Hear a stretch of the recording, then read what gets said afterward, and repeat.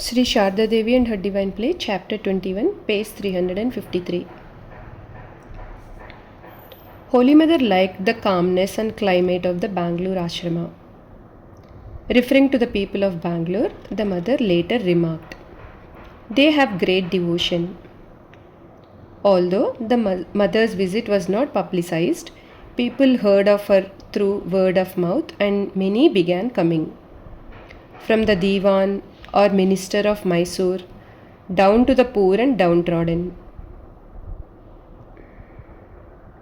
Observing their enthusiasm and spiritual hunger and listening to their prayers for mantram and upadesham, the mother's heart melted and she initiated some of the devotees, including Narayana Iyengar, Rajagopal Naidu, Narsimharao Naidu, and Adimulam.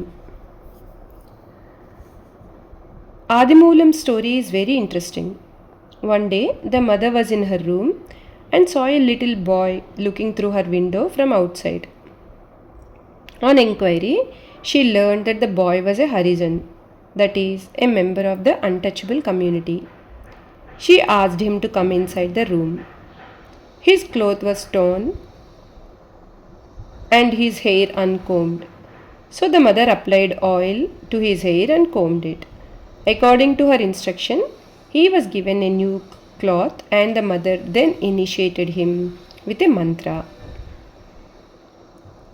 Adimulam became a great devotee and later gave much service to the Bangalore ashrama.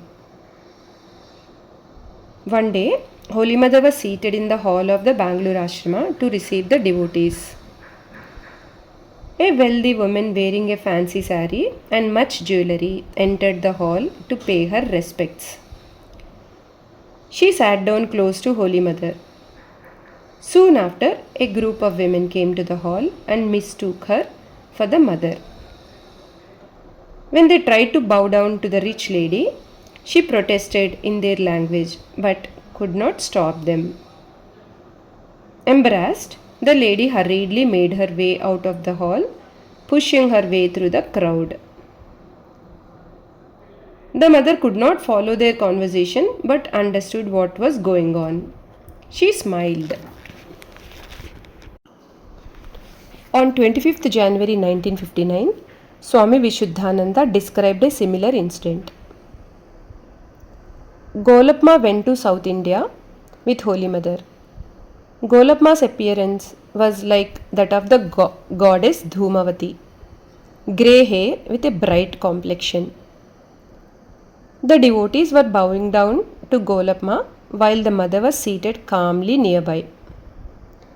Her body was then lean because she had recently been ill. Golapma became angry and told the devotees, "Shame on you, I am not the mother.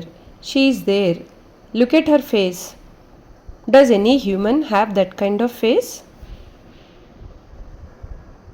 Holy Mother's visit to Bangalore was brief.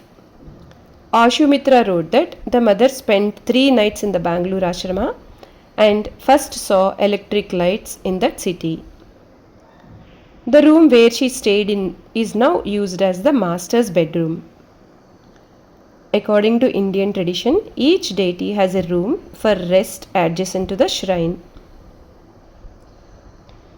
She travelled to Bangalore by train in a first-class compartment, and Nirmalananda made her comfortable at the ashrama. Narayana Iyengar gave silver glasses to Lord Raghuveer of Kamarpakur, Holy Mother, and Radhu. He gave silk cloths for Golapma and Surabala. And he gave money for Ramlal's travelling expenses. Ramakrishnananda wrote to Narayana Iyengar from Madras, "Mother is highly pleased with your offerings." Before she left Bangalore on 27th March 1911, the devotees wanted to have her footprints. She allowed them to make impressions of her feet on a few pieces of cloth. One of them still exists in the mother's room at the Bangalore Mutt. Jai Ma.